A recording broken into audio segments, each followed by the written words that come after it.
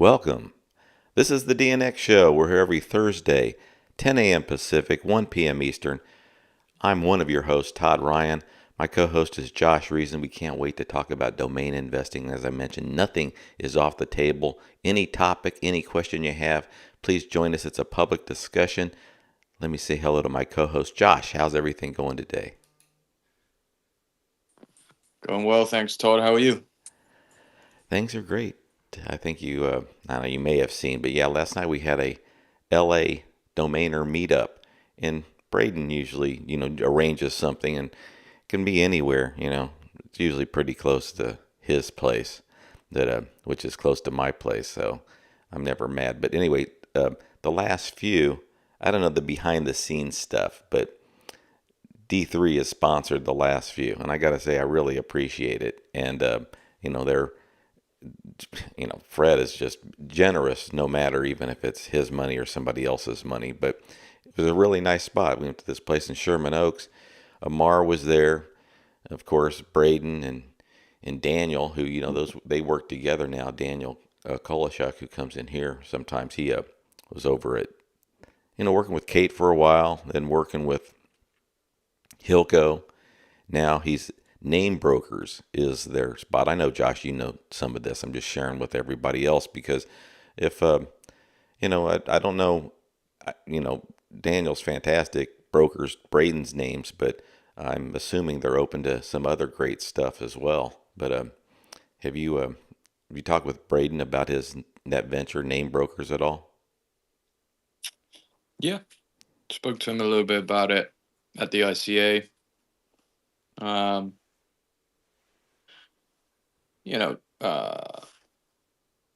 Braden brought Daniel into the industry, so Yeah. when things changed with Hilco, um, it just made sense for because I mean Daniel was essentially representing Braden's names anyway, so nothing really changed. He's just doing not doing it under Hilco anymore. He's doing it under Name Brokers. Yeah, and he mentioned, not that he really appreciated all the the training you get working with other pros in the business, other experienced brokers, but he said, yeah, 10 years ago they knew this was sort of an end goal to really work together in this fashion, and like you said, Josh, they were working together anyway. He's repping his names, but now I like it. Daniel is a friend of mine. He lives here in Marina Del Rey, and he's like now, of course, he's the boss of that division. I mean, Braden's involved in his legal brand marketing company and a few other things, angel investor. But so this cool partnership. But yeah, so it was bound to happen. But it was great seeing Daniel. And everybody was there. I mean, when I say everybody, D3 had 5 or 6 people there. I really like Shay, their CTO, had great conversation with him. And Josh, they're working on an appraisal tool that sounds really cool too. And I don't know, it's just like the hot thing lately, and some people feel appraisal tools are worth building. I know Ish made a comment that he thought maybe like a score may be more appropriate or better in this space, but people are going to continue to build appraisal tools. You can't stop them. The horses left the barn. But what are you thinking? Is it worthwhile for these companies to build them? I mean, how do you I know some of your general feelings on appraisals, but about the companies continuing to invest time, try to build different types of tools, all using AI now, but using different data sets. What do you think about appraisal, new appraisal tools being built? In general, I think they're all pretty bad. The appraise.net is by far, I've said it a million times, by far and away the best one. I mean, it's not even close in my opinion. I saw Miller spoke about agent.ai appraisal and whatnot, but even that one is nowhere near as good as appraise.net. But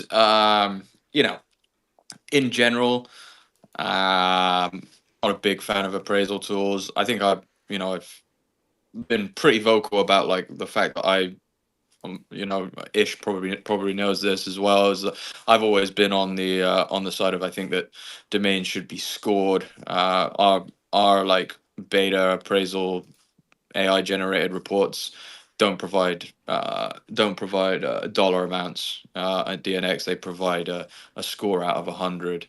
Um, yeah, listen, I spoke with Adam last week, and who's listening, and we're both pretty good domain investors that have had some decent success. Um, and the way that we value names is generally aligned, but a name that he might sell for 100K, I might sell for 20, and vice versa. And we constantly surprise ourselves with outlier sales. Um, so privatellm.com is a great example. I mean, nobody in this space would have priced that name at 250K. I mean, I might have priced it at 20K, and if it hit, I would have been like, that was a moonshot. I just crushed it. So appraisal appraisals are cool. It's fun. Domainers are always gonna love them, but it's not a point of focus. It shouldn't be a point of focus. There's way too much talk about it. Um, yeah, I guess that's all I got to say on that. Yeah, you said, well, we got to get Leo or his daughter Maria, who's now working with him at appraise.net. I haven't used it. Can you do bulk appraisals there? Yeah, you can. Mhm. You can. And I'm in a private chat with Leo, and the group reports a lot of sales quite frequently, and he's made it a point to, every time that we kind of report a sale, he shows what the appraise.net valuation was, and it's amazing. It really is amazing how accurate it is and how well his tool is kind of collaborated to the market. I mean, part of it is that he doesn't give a a specific dollar amount. It's always a range, and then he's got like low end of buy pricing, high end of buy pricing, and then like he's also got moonshot pricing, which is like kind of what you would like consider like private LLM.com. Like that would have been moonshot pricing. In fact, that would have been above moonshot pricing.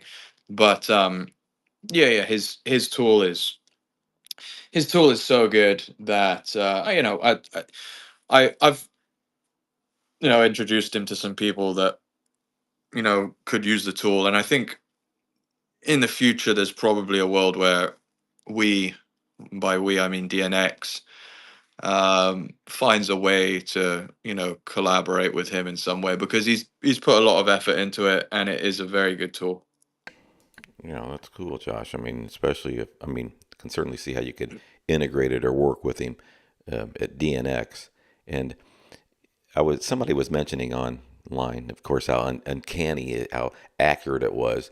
And um,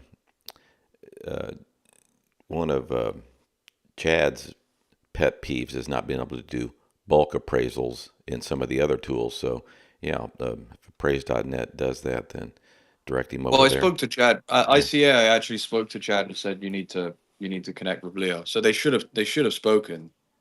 yeah, he's yeah, he should have. Yeah, I mean, because he was complaining about something yesterday about appraisal tools, and I mean, I have a great time. I saw on, it was Sherpa when they were talking to Ron Jackson, and Ron was saying at ICA that he's been friends with Chad for a long time. Ron Jackson has, and of course, everybody says the same thing. I talked with him. Now, Ron was saying, "Hey, Chad was telling me something 10 years ago, and now finally making sense to me."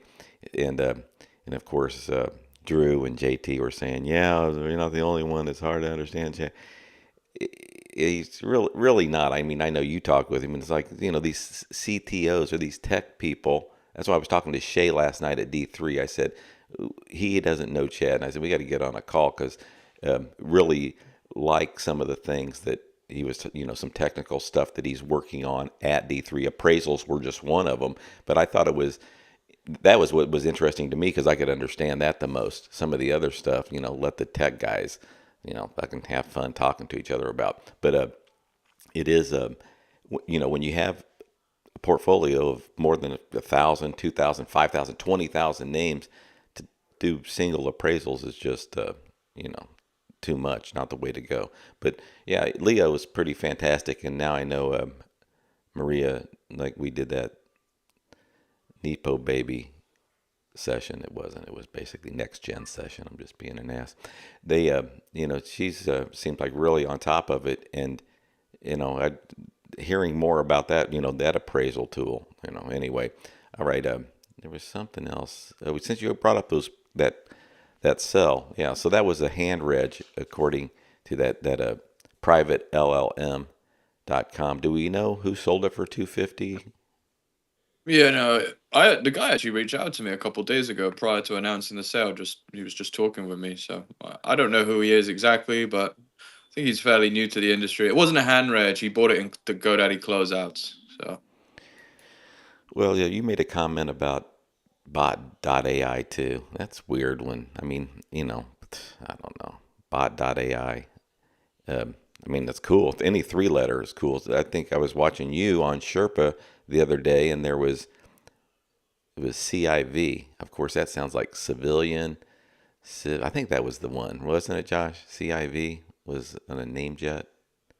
I don't know, but I will say while we're on that Yeah. topic, there was a guy that has been investing in Bot like pretty heavily over the last like year and a bit. I've been seeing him like posting a lot, and after Bot.ai sold, he was like, "This is really good for my Bot Bot and the future of Bot and blah blah blah."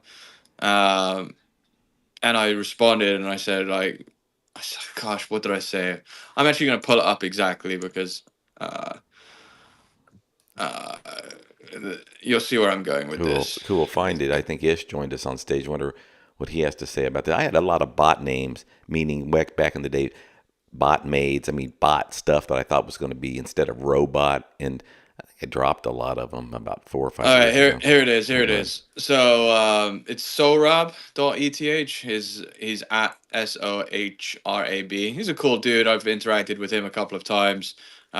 He's got a decent bot portfolio. Anyway, he said bot.ai selling for 1.2 mil is so bullish, both for .ai domains and .bot domains. Plenty of keyword plus bot.coms have also sold very well. The market is beginning to recognize the value of bot domains. About damn time. And I just wrote back, why is it bullish for .bot domains? Educate me. Um, and he said another strong data point in wave of new data points solidifying bot as the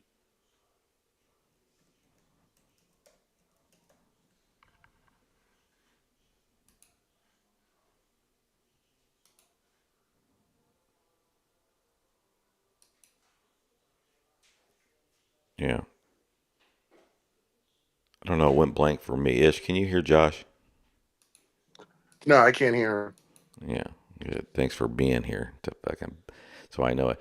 So we'll see. Josh, we can't hear you. We'll tell you when we can. You can just chime back in. Maybe he's, no, still can't hear you. Yeah, I was just hopping on just to Yeah. say, yeah, I did put out a post saying that the private LLM was a hand reg. It was my bad. I actually updated that. I spoke with the guy in DMs, just congratulating him, and he was saying that yeah, he picked it up for in the closeouts. So it was dropped, and he picked it up in May 2023 for $25, and sold it for 250,000. And he mentioned that he had it listed for 7,500 previously, which and I just a lot of people started registering, as you can expect, keyword LLM names, but private LLM is it's a technical term and it's very um, much in demand right now. So just don't go out there and start picking up, what you think sounds cool. Private LLM. If you do the research, it's a very technical term, and someone just had the foresight and the balls to price it at that point, at that level, and somebody else said, I'll buy that." So it wasn't a fluke. It was just things aligning perfectly, right? Eric Sorry was about picking that. up a bunch of names at the I time. He must could have missed that one. I was Go ahead, Josh. Can you hear me now? Yep. Yeah, sorry, I could hear everything you were saying. I don't know why I couldn't. But anyway, this guy Sorab was posting about it, and I said, why is the bot.ai sale bullish for .bot? Educate me." And he made a couple of decent points. Anyway, long story short, the very next day, today, I sold a .bot domain. First .bot domain that I've sold. I'm still waiting for Spaceship to do the payment verification thing, so I'm not gonna say what it is yet until the money's in my account. But I guess he was right. I was off mute. So this was Bot.ai that sold for 120 through Sedo, but you're saying that this is, I mean, obviously good for the dot bots. I have gambling dot bot. I know you have like I some don't. fun. I honestly, I don't think it has any. I don't think it You makes don't any think so? I difference. mean, I have land.bot. I Personally, know it doesn't, what do those two words go together? Well, there's a company, landbot.io, that, but anyway, I have a handful of them that are, I wish they would, something would happen, but trash.bot, as a domain person, we just keep spilling out our own fucking names. Ish, do you have any .bot bro. names? Let me give a Yeah. little. Let me Uh, give a little extra context here. Everyone, like, when a sale like that happens, it doesn't have any kind of trickle down effect to anything. Like, I remember when MSNBC rebranded to like whatever MS dot now. Right Is now, that yeah. everyone was like, "Oh, it's this is huge for dot now," and like everyone's gonna now want to buy. Have you heard anything about dot now since then? Nothing. Nobody cares. So like these one-off sales don't do anything but give domainers false hope. well, that's like, if it was now.com sold, why would now the dot nows be popular. So this Right, bot.ai. exactly. But anyway, you did Exactly. sell a dot bot, right? So you sell a dot bot. I did. Like the very next day I sold a dot bot, so like kind of ironic. Yeah. And where did you have it at Spaceship? That's where you sold it at Spaceship, but where do you keep your dot bots? What registrar? I mean, I assume it'll be your own place. Spaceship. It Okay. was all at Spaceship, everything. And it's sold on the Spaceship marketplace. Yeah. Okay. Yeah, since we're there, I mean, I was going to mention, What I see, was go it ahead, Ish. trading bot? Yeah. Oh, you sold trading bot. Congrats. Yeah, but I haven't like it's sold, but I haven't got the payment verification thing yet, so you know. Yeah, that was a wild experiment from you. Obviously, you can afford it, but I remember the renewal was like what 5,000 a year or some shit like that. No, it wasn't that much. Mm, It was this one I think is 3 or yeah, some 2.5. Yeah. Hey, Yeah. don't want to get anybody in any trouble, but of course But I don't care. it's literally probably the best dot bot that you could register. So Trading. But that's why I like that you got the ing. I have gambling. I mean, certainly there's something there. I mean, I can sell it for fuck. Okay, so Ish, do you know when it was Aaron sold AI.now? When he sold that, did the buyer not know there was a $15,000 renewal and that's why he dropped it? I think it was a $25,000 renewal, $25,000 dude. renewal. Yeah. Yeah, Yeah, that's what I mean. Pay.now. We looked at that. That was the I think Aaron sold that to his digital twin. I'm just kidding. yeah. But whoever bought it, they dropped it. Yeah, I mean, Yeah, they uh, dropped it. from what I heard, that not, I don't know what domainers are supposed to disclose when it's a private deal. I mean, of course it's, nice, but so when Well, it's if you on a sell it on a platform, marketplace, when yeah, you sell it on a marketplace, it's for the marketplace to disclose sure, I those agree with details. that. So I wonder if Spaceship, I mean, does it show up? I don't know on all these platforms. Does it ever show only when you're checking out? Like if you buy it on Afternic, do you know, Josh? I mean, when you click through, when does it finally tell you, congratulations, it's a $10,000 renewal or whatever? Is that just on No, checkout? no. So GoDaddy part of the reason the reason why some people like don't like GoDaddy is because they tell they make you pay for a renewal with the purchase. Um, so I mean that solves that. It's like if it's a big renewal, it gets added on to the premium domain price. So, if it's a .com, there's an extra $10 added onto your price. If it's AI.now, you see an extra 25K added onto your price. But On Ish's weekly show, I listened to a replay and I heard Adam, who's in the crowd, sold Mind Mesh for 150 grand. He mentioned that he yeah, picked it we up for had like some crazy sales 10, right, recently. or 10 grand. But geez, talk about, I mean, that one, I think Adam mentioned it too, doing a little research um, when before buying it for 10 grand, but really liked the name, knew many companies used it, but it's still, Josh, that's still a hefty investment, right? I mean, Mind Mesh, 2 words. It is cool. It's not, you'd almost want to check to see how many companies use it, because to me, I wouldn't know if there was 3 companies using it or 35.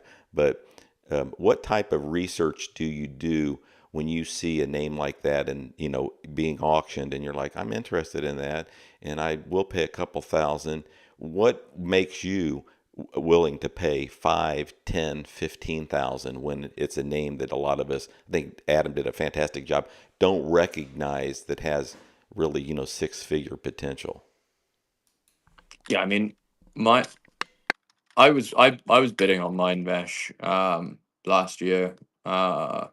So I know that was a strong name, um, right from the offset. But you know, it's the same stats that we always talk about, man. Like, listen, mind mesh to your average person may sound like a load of mesh. Might like it may just sound like nothing.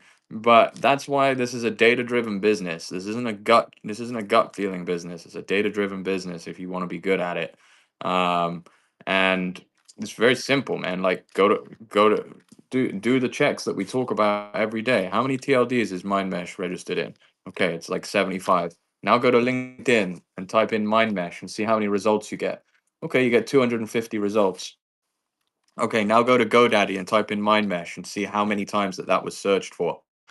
What? There's like, I don't know, 500 exact search results, and I think Adam said that it was probably more than that in the last year. That's huge. I mean, like, some of the best one-word.coms in the world don't have those kind of search stats.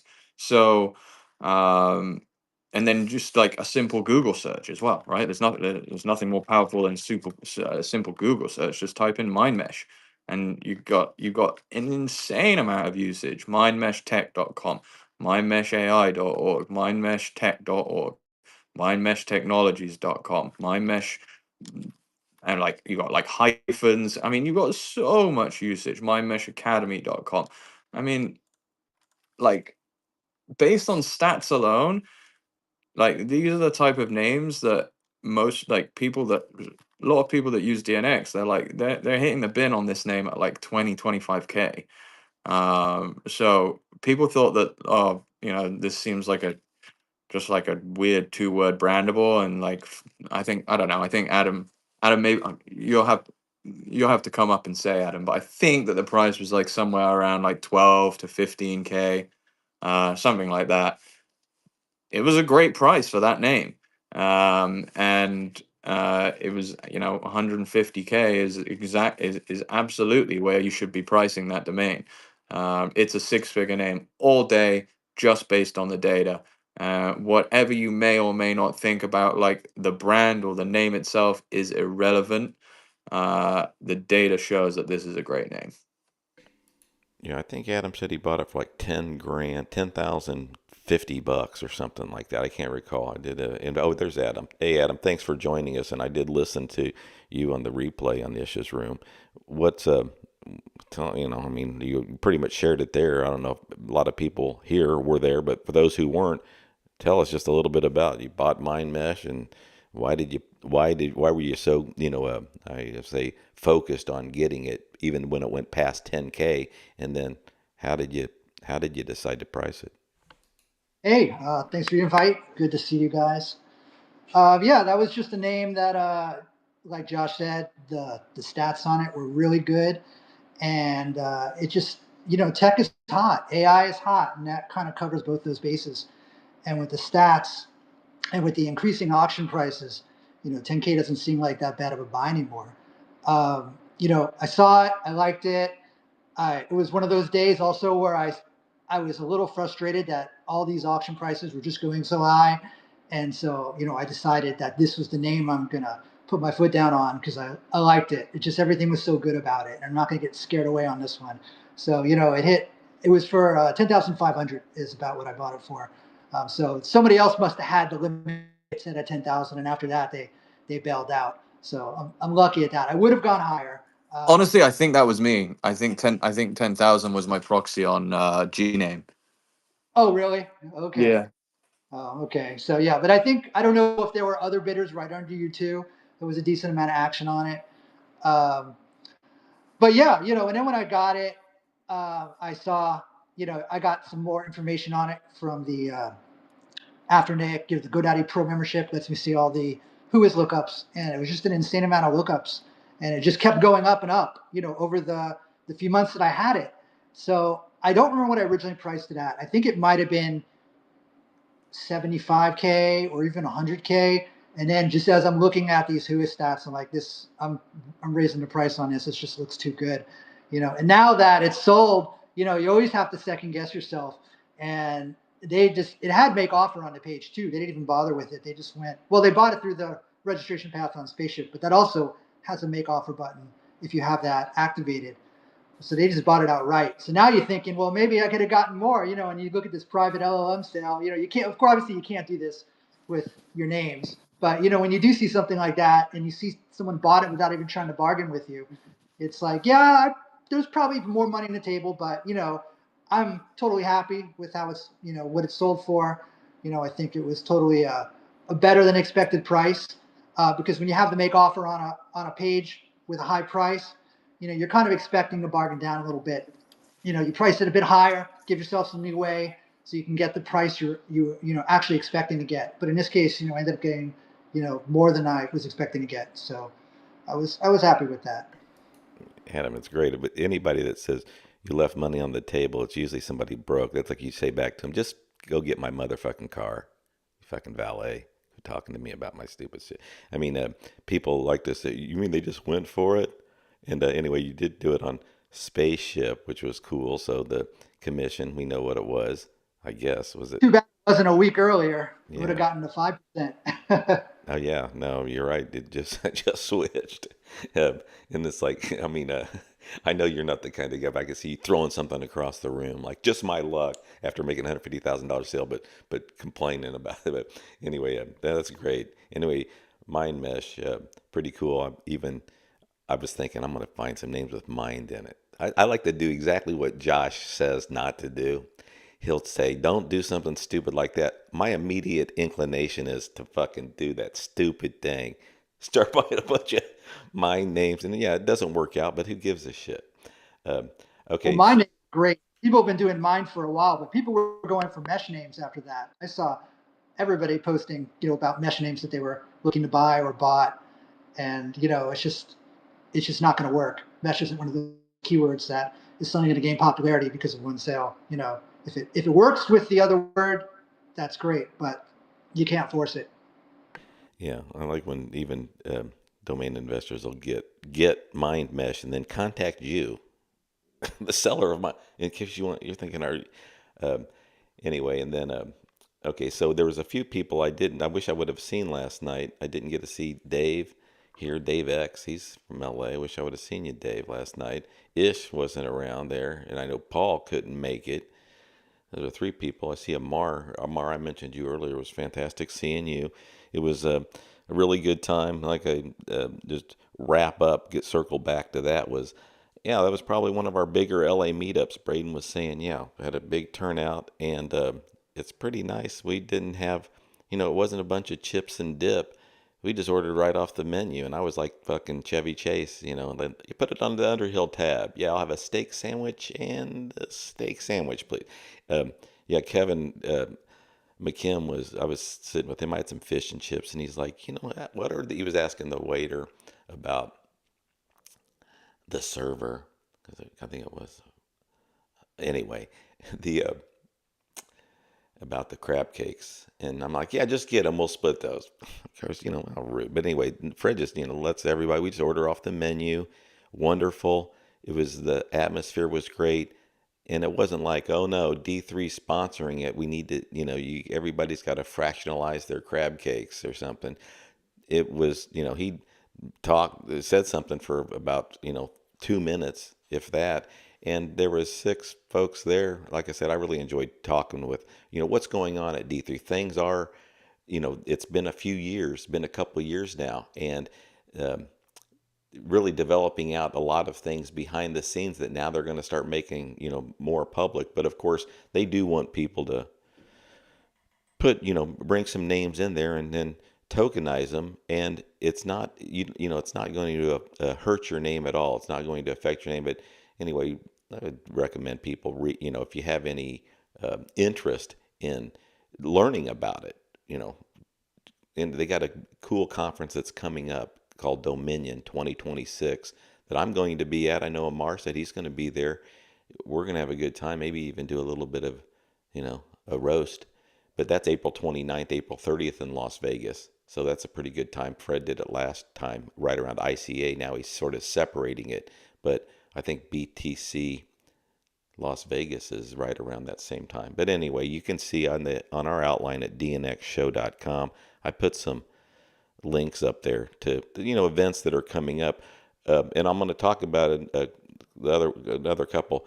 Thanks. I see somebody requested. I really appreciate it. Dave coming up. And I want to say to everyone, please, this is an open discussion. As I mentioned, we want to, if you come up here on stage when we bring up these topics, especially I got a couple more sales that I wanted to talk about. Love to hear, your perspective on it and what you would have done with it, because I'm like, hey, Josh, it's like everybody sitting around watching me and Josh have lunch, and I'm asking Josh questions, and you can tell Josh is fucking getting tired. Like, bring the check. Why am I having lunch with Todd? So, it helps me out. Raise your hand, come up, and fucking save me sometimes. Okay, Dave, nice to see you. What's going on? Why didn't you make it? Did you not know about it last night?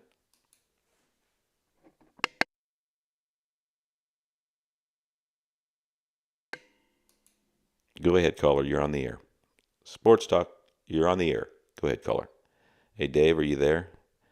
You at your office in Woodland Hills? Dave's the domainer for years. Well, he's been doing it. Like to hear what he's sold lately. He's always got some activity. All right, well, the other name I wanted to talk about. Dave, come off mute anytime you want just to check your mic. We'll see what's going on.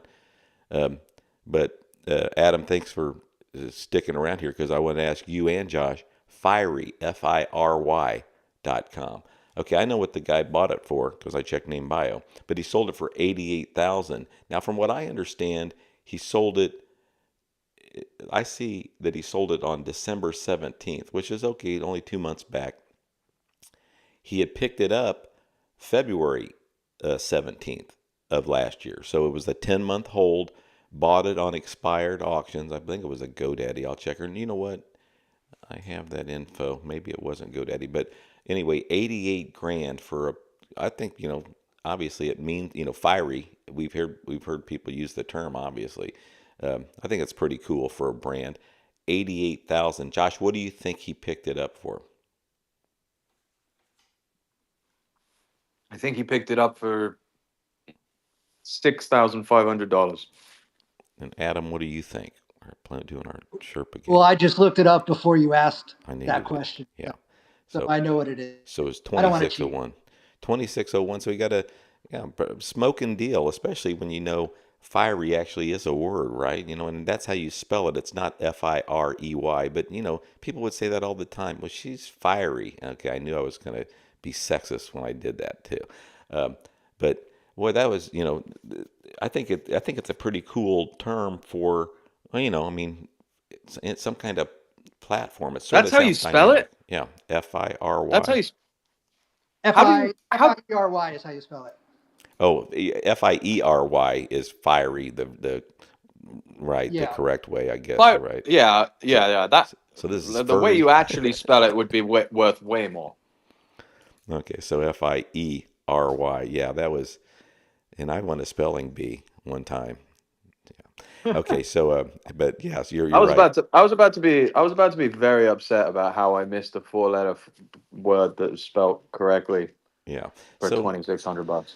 so that is well, I guess even, okay, so we know it could be a brandable, but CVCV, but yeah, maybe that's why. And I did put in It's kind of FIRY. like Go ahead. it's kind of like the name that I picked up a little while ago. I picked up these type of names for a long time. I've talked about it on Sherpa. I've talked about it on Spaces. Um, but like it's basically like a brandable four-letter word that's misspelled, and those do really well. So like paying 5 to 10 grand for those type of names is a good deal. But 2,600 is like great. So we all dropped the ball not buying that one. Yeah, Adam, did you see where was that a GoDaddy expired auction? I don't have my name. Looks like it was drop catch, Oh I yeah, think. okay, recall that. Yeah, no, I didn't see it. I would have been interested in it. I don't know if I would have ended up buying it. I was focusing on different kind of names, and it definitely is a good name. But I am surprised it went for only $2,600. Especially Josh talking about it on Sherpa a lot. That instantly raises the price in the bids and auctions. But because you didn't specifically talk about this one on there, a lot of people need the direct navigation to the names that are good. It's a lot harder to pick them out of a list. But people have. I know on expired domains, I have different save searches. And one of them is looking at 4 character, and 3 characters. So I'll sort them different ways. So I'm surprised I didn't see this one or notice it.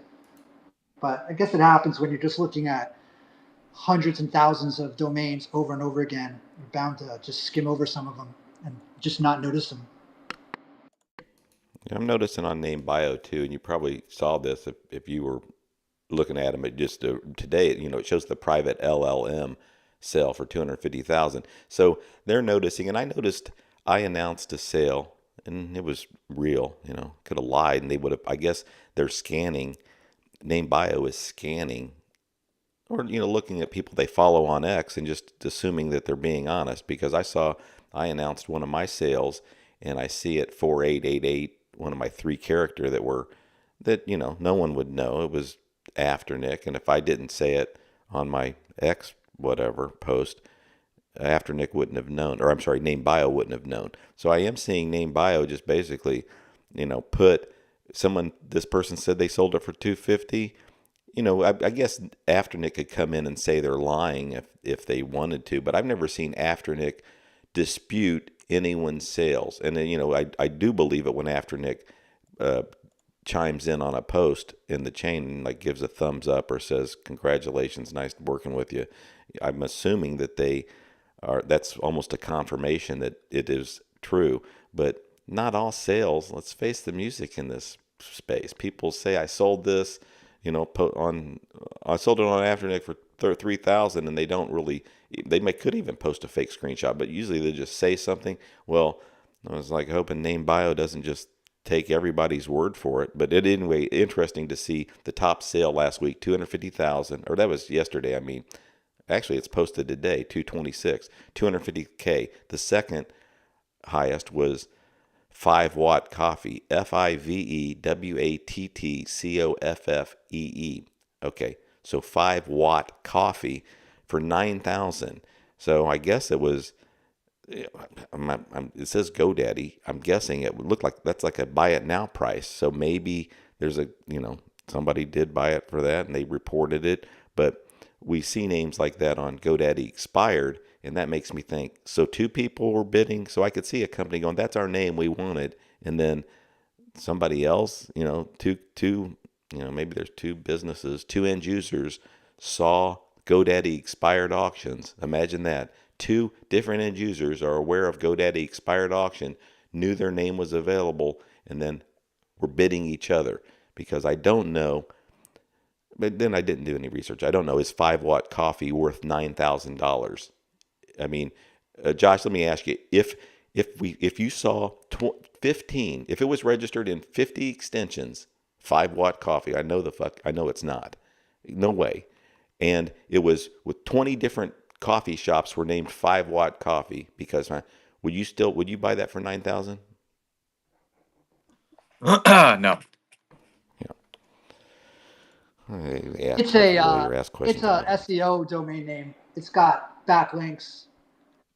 It's got a DR rating of 33, so it's an okay.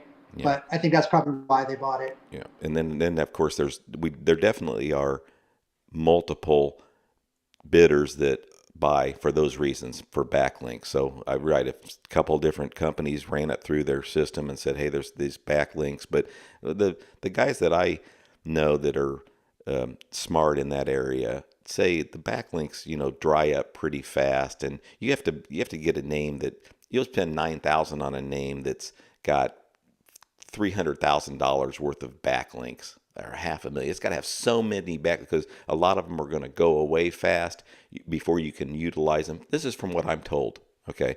So anyway, um, Vita Bridge, VITABRIDGE was also 9,000. I noticed that was on Atom, ATOM.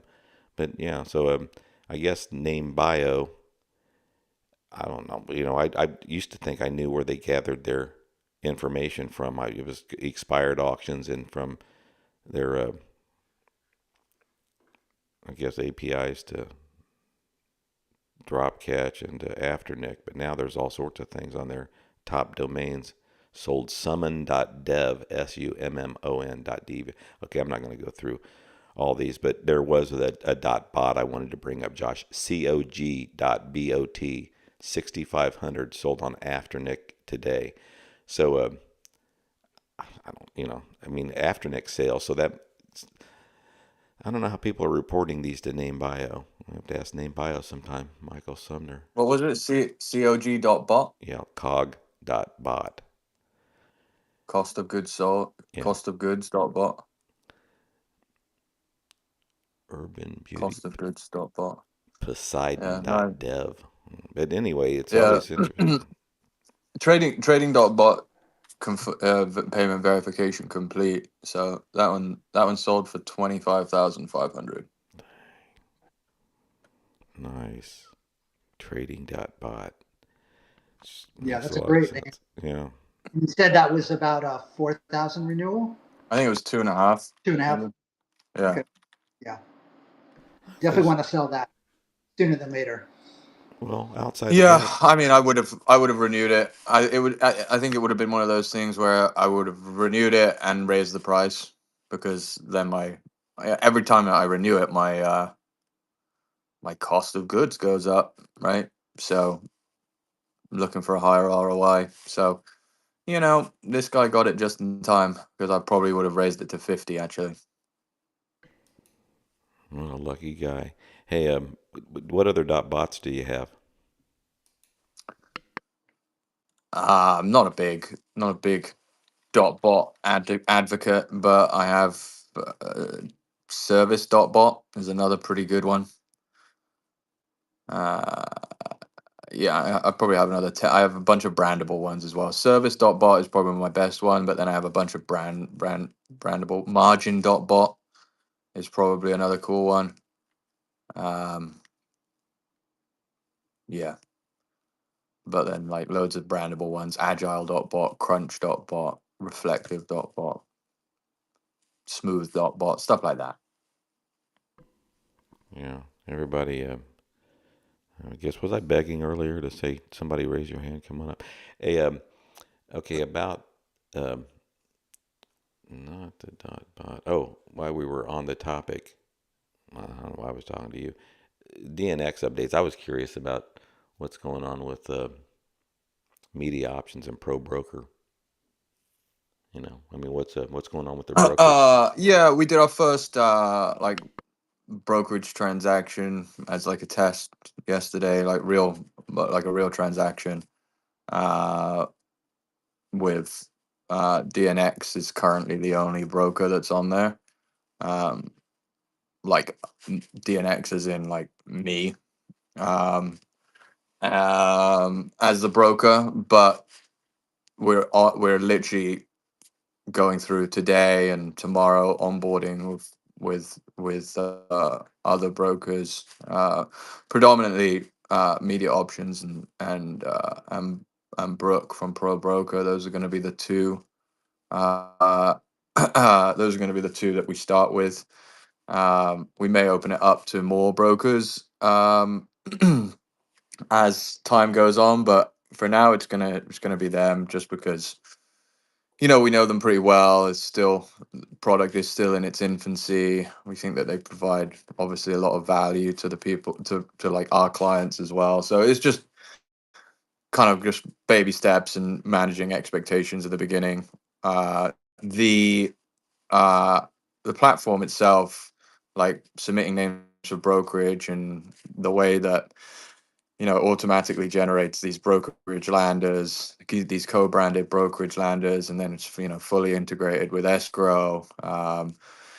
It's pretty cool. I think that what I guess, like, the question for people that have names that want to explore other ways to sell their names is, do you want to try extracting more value than just bin sales? I think that's probably the thing that I'm most interested in as like a seller. And I had a long chat with Adam Strong about this last week after the DNX show, and just like the way that he does things versus the way that I do things. And everyone does things slightly differently, but particularly some of the people that have been in the industry for a longer period of time, that don't want to use like buy it now prices on their names, but want to basically want to have their each domain assessed based on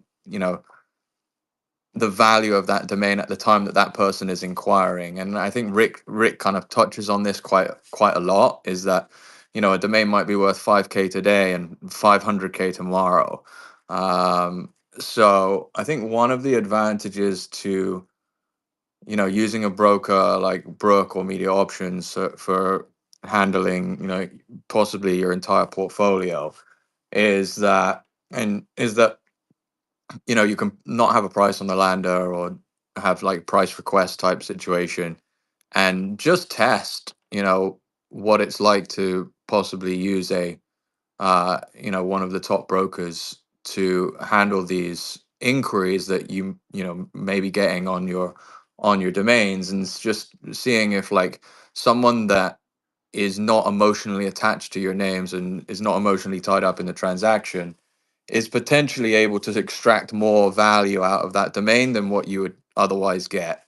Um, and yeah, I think that that's something that everyone can explore. My largest sale ever was actually handled by, and Brooke used to work at Uniregistry, but was actually, for at least from my own personal portfolio, was stimulus.com, and that one was handled by Uniregistry brokers. Um, and I feel like they extracted more out of the deal than I would have done if I was handling it myself at that time. Generally, just because of like my emotional attachment to the name, and like when there's a third party involved, I do think that it often adds credibility and value to like a to like the name, or to the transaction, and especially when it's household names and well established pros like Brooke, and obviously Drew, and Media Options. So yeah, I'm excited for that. It is live. We're just still onboarding the brokers. So if you manage your domains at DNX, you will be able to submit them to those guys. You can either submit portfolios, or you can submit individual names. Um, yeah, basically, in order to submit, you need to be using DNX name servers. There's all the agreements are kind of done electronically. So yeah, I mean, it's it's early. We'll continue to iterate on it, but right now it's pretty cool. I like it. It's just another value add to using DNX. Josh, would say, if I said, okay, here's 1,000 names. I understand some of them I don't think are worthy of brokering, but even if you selected the top 100, the top 50, the top 25. So let's say I submit them. I see Brooke is here, and if Drew's listening on the replay, I want to say I picked Brooke. Okay, so he's going to think, fuck you, Todd. You Mm. don't have the names anyway. So, but if the thing is, what I think, say I submit a portfolio, and I am willing to say, listen, I don't want you to, you're not going to spin your wheels on fucking names that aren't worth it. So pick the top 50 that you would be willing to, represent. And then when I have the DNX servers, are each one of those, say those top 50 of mine that you, Brooke, I'm saying the system's willing to, is that going to be a make offer page, or do you, will there be some that have a buy it now? Because what you're saying is right. It could adjust. You want I love having a third party. I think it makes sense. And really, so many more transactions and sometimes just communications than people know. It's just like when someone says, man, I'm telling you, you need to do, go over to use this service, and it's not a service you provide. You're recommending somebody else. It's much more effective than promoting yourself most of the time. But so would these Yeah, so names, the broker, depending on the broker's preference, they have an option in their settings to enable showing an asking price on the landing page, or not showing an asking price on the landing page. Um, so yeah, that kind of answers your question. yeah, well, pretty cool. Well, I do want to pitch something to you, Josh, and to Brooke, and to anybody else listening. If you have a big transaction and I don't care, you can use escrow.com. If you want, escrow has that service where I'm familiar with both of them, the standard service and the concierge service. Well, if you needed, you're doing a transaction, it doesn't need to be a large one, but definitely with larger ones, people like to use escrow. I know domainers do. Well, at a partner of mine, Jeff Newman, JJN Solutions, is now offering, really a white glove escrow service through his law firm. And, using a lawyer does, you can use it to your advantage. Make the customer feel comfortable. If you're the seller, make the buyer feel comfortable knowing that it's going through a law firm. We know several lawyers in this space, but I'm pitching Jeff. I work with Jeff, and I'm helping him price it, meaning I know at escrow.com for say a $50,000 transaction, for the standard it's like $1,200, the standard escrow fee, and then if you want the concierge, it's I don't know, I think it's 1,900 on that particular, on 50,000. I was looking at some numbers because I was telling Jeff the first few months here that you're offering the service, and he's like, I've done it before, but I've never really offered it, widely to anybody. Just done it for, a few clients. The bottom line is, I said, do it for definitely half the price of the concierge service, because you can still give a white glove approach, and it's I think much more fast, secure, not as much KYC bullshit as escrow.com wants, but I'll say also less than the standard. So if you're doing a transaction, a big transaction, and you need some escrow and you want to do it through a lawyer, JJN Solutions. Okay, so that was my pitch there. Second other thing I guess I'll say quickly is I've been working on a site that's live now, and I got to say I do little work. I'm the marketer. Donations.com. Okay, so this is the site Jason.com owns. He's been doing some work on it, but we just launched this thing yesterday. It's version 1.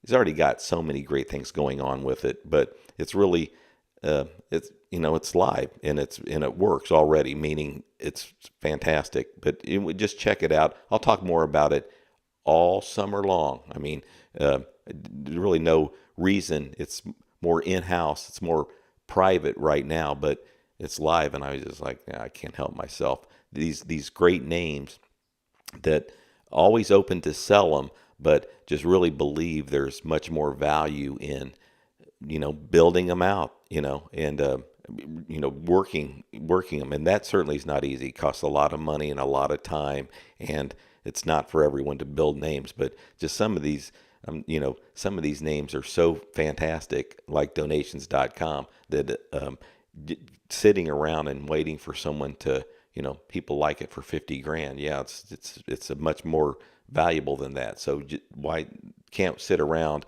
for years and not develop out a few things, especially when you got the brains to do it. But it's basically a buy me a coffee at donations.com, and anyone can use it, but it's really turning out to be fantastic. I'm thrilled with the progress already made. But that's just me talking about some, developing out names. Anybody want to come up here? I see a lot of people that like to talk a lot down in the audience. I can sitting right next to each other too. Um, Raise your hand. Come on up. We got all sorts of topics. If you go to DNXShow.com, you can see some of the topics. I'm going to go there right now. Let's see. Oh, I had GoDaddy stock plummets. Well, we're not going to talk much about that. I was just unhappy. I was a big investor there at the There's IPO. Yeah, go ahead. so many guys that like to talk. Todd, UFO likes to talk. Darcy likes to talk, but he's more of a keyboard warrior. Cody likes to talk. Shane loves to talk. Gosh, so many people that like to talk, but not talking. Yeah, no, and You guys are having a good show so far today. there's Eric. No need to come up. Hey guys, What's up, yeah, Eric? I'll take it. Not too much.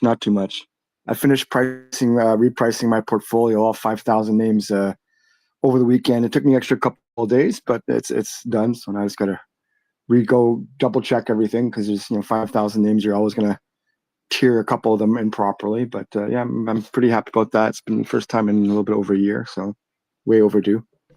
As you guys said, but one day can make a difference. So 1 year certainly does. But How Josh, did you miss you were private saying LLM? I'm sorry to interrupt you there, but that was on the expired. They said, I know how you comb through those. Private LLM was right 2023, 2024. You were really building up the portfolio. For those who don't know, Eric, you had about 1,000, 1,500 names for several years, and now you've quadrupled it. I mean, or not quadrupled, tripled it. You're about 4,500 now. yeah, I'd say I kind of made the step from domain collector, I'm going to build them out one day, to actually starting to go join the forums and listen to the podcast. That was in late 2016. So 9 years, we're coming on 10 years. And until 2020, I'd gone from, I dropped most of my 300 or 400 I had as a kind of collector. That went probably dropped 2/3 of those at least. And then from that point to 2020, I got into about 3,000 domains. That kind of stopped for a while. No real rhyme or reason. Just it was a time factor, whatever it was. I was doing the socials and just wasn't really focused every day like I was back then. But since then I've got another about 2,000 last year from late April to about mid-September. I acquired about 1,100 domains. I finally be able to count how many I got. I wasn't too sure. I knew it was around 1,000, but and then the years prior to that, I think the year before that, I think there was a 3-month period where I got 800 and then 200 or 300. So yeah, I'm at 5,000 now, or it's pretty much 4,900 for sale. I think it's there about there. And I'm pretty happy with my portfolio. It's the year started off very well for me. January was just off the charts. Like I just about half my actually face value. I covered half my costs pretty much, and then we include like everything I transferred to Unstoppable at like $6. Like I'm almost my year's almost done, so I'm not quite there yet, but it's still pretty good. Oops, sorry, TV went on, but yeah, no, everything's good. But I wanted to ask, well, I don't know if you have any questions about that. You were asking about that, but it's pretty straightforward. No, what were you gonna ask Josh? Yeah, I was asking Josh because there's two things he mentioned before. One was he referenced something like a C name or names like where he was bidding on MindMesh, I think it was. Was it Gene? I forget what it was, but it was something, a name that I hadn't heard before. Does that ring a bell, Josh? MindMesh? Yeah, you said you were bidding on it, but there was, or maybe it wasn't MindMesh or something else, but there was some place where you were bidding was like named G names or G. Oh, I was bidding when I was bidding on MindMesh. I was at G name, yeah. Okay, so what? I've never heard of G name. That's why I'm a little bit out of the loop, maybe, I guess. But I don't use them anymore because it was too hard to get my money out. So I haven't touched them for the last 3.5 months. They know why. Okay. Yeah, that was just because I hadn't heard of them before. I'm like, oh, okay. Well, and the other thing I wanted to ask you about before I forget is you were saying like, part of your process, which I mean, that's why I tell anybody coming in the industry, you're the person to follow, right? I mean, you do the work and research, but you were mentioning the exact searches at GoDaddy. Is that information available before owning the domain? I don't think I've seen that anywhere. Yeah, it is. You just need to type it. You just need to type the domain into the registration path. Oh, okay, and it pops up. Okay, cool. I didn't know that. If there is a certain quantity, yeah. If there's only a couple searches, GoDaddy doesn't show it, but at a certain threshold, it does. Okay, yeah. It's I was also a always different value that you get if you look at Afternic. If you have the pro membership and you own the domain name, you'll see different values for the searches. Like MindMesh only showed half as many searches if you entered it in the registration path on Google. I mean on GoDaddy. Yeah, So yeah. Leanne had mentioned in the Discord channel that she had heard that it was a combination of all the GoDaddy search partners when you're looking yeah. at it after Nick. That would make sense. Plus, I know also there's sometimes there's a delay as well. It's not this, so maybe it's not the same time period or whatever it is as well. There's different factors. Yeah, I think to be honest, the discrepancy is not that relevant because this is like you're looking at these as an indicator, right? And whether it's 500 or like 700 or 800, Yeah. it's clearly in high demand. Yeah, no, but it's good to know. Like I didn't even know it was a number that you could see because it's certainly not on the listing pages, you know. So I don't know. No, on That's the landers, no, it's not on the landers. Could be, actually, it's probably something that they should think about introducing to the landers. It would probably help marginally with sell-through rate. yeah. There you go. That's the tip of the day. Thanks for that, Josh. But the only thing I would say is just be a little bit careful of those numbers because sometimes they include bots, right? I know years ago. Absolutely, absolutely. The same applies to all data points, right? You got to be careful with TLDs taken. You got to be careful with you know, various data points because sometimes they can be manipulated. I feel like they do a pretty good job with the bots because I have names with 0 searches over the year, and you'd figure at least one bot would have came by, and checked the name out. Yeah, But I do think it can be manipulated for sure. And I've mentioned this before. Usually the 30-day search volume that you can see in Afternic, when a name is expiring, it's going to get a lot more who is lookups because people are interested in trying to pick up. right. And then but they also give you the 90-day and the year, which gives you a great way to estimate, how much of an increase was due to the domain dropping as opposed to what it regularly gets. You can divide by 12 and see what the average is, and then also look at the 90-day and, get an idea of maybe it picked up a bit. But yeah, people can probably manipulate too. I'm not sure how well they can defend against that. Like, let's say somebody's using a VPN and looks up a name 100 times just to increase it, and they're selling it maybe, and they're hoping that somebody looks at that and thinks that they're getting a great deal, seeing that there's sudden interest in name and they buy it. So I would be careful of that as well.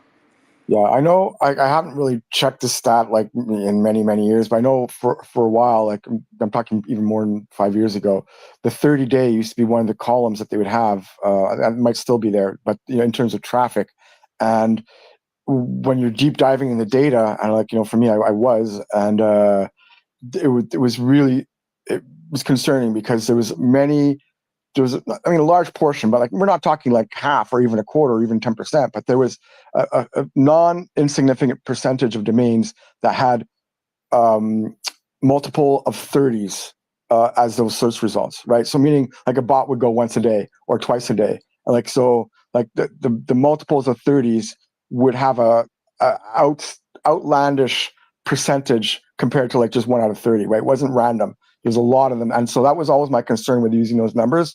And it's just again something to be aware of, that it could be a problem because when you see multiples of 30 for 30-day searches, you go, oh yeah, that's a bot once a day. It just can't be always 30, 60, 90, 150. It's like that proportion of that multiple was just way too high to not be concerned.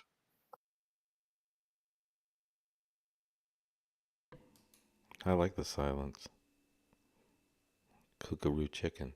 Hey, I wanted to ask you first, Josh, and then Adam and Arif.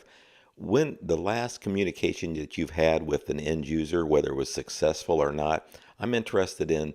I know mostly it's email communication, but Josh, tell me about the last time you were communicating, really negotiating with an end user about a domain. Like how did it go down, the communication via email, especially if you ever had a phone call with an end user.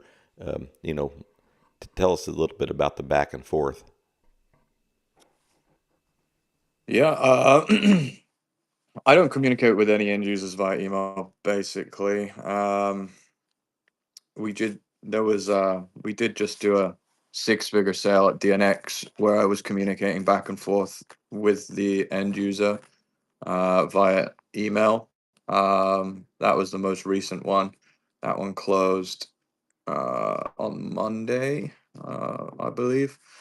Um, but otherwise, all of them, from everything from my own portfolio, it's on autopilot unless I think I've got about 100 names that are using DNX landing pages, and again, all of the communication with those end users go through um, the DNX platform. So I'm using the DNX inquiries to the DNX lead management suite to message end users back and forth. So, but yeah, I mean, what do you mean by how did it go? Like, what kind of questions were they asking, or like? Yeah, just Josh, there was an article, and I had it on our outline. This, it made me think about tips in selling. It's like sometimes people will say, "Oh, if you're a broker, once this is gone, it's gone forever." And you also like to know, are they starting a new Mm, company? So is there a time frame that so you're feeling good about the reason, maybe you're gonna be able to close the deal, as opposed to yeah, somebody just inquiring and they have no urgency behind it. yeah. So, I mean, listen, the we closed a deal for threeletter.com to an end user, six-figure deal, and they initially inquired about the domain November 2025. So it took 4 months to close the deal. You know, our seller was at 150K.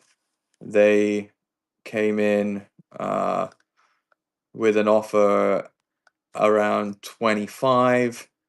Um, and yeah, you know, sometimes you can't, like, for me, when I'm negotiating with these guys, when I'm brokering deals, you can't push too much, like, the narrative of, like, you know, I know a lot of people will try to reference appraisals and like try to dig into, the person's business and why domains are valuable and all that. But like, to be honest, uh sometimes it needs like you need to give the deal time. You need to give the deal time. You need to give the buyer uh, the information that they need to process why this domain might be important and why the domain might have the value that you're asking.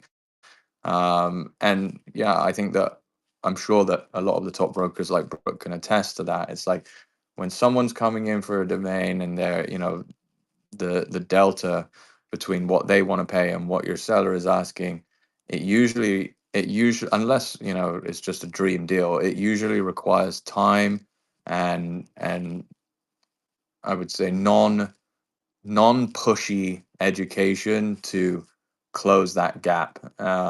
So yeah, this one took 4 months, but I've done seven-figure deals, brokered seven-figure deals again, where it just takes time. It took 6 months, and it's just a case of closing the delta. And if you push too much, I think you end up losing deals. So you've just got to give them enough information for it to be able to marinate in a healthy way.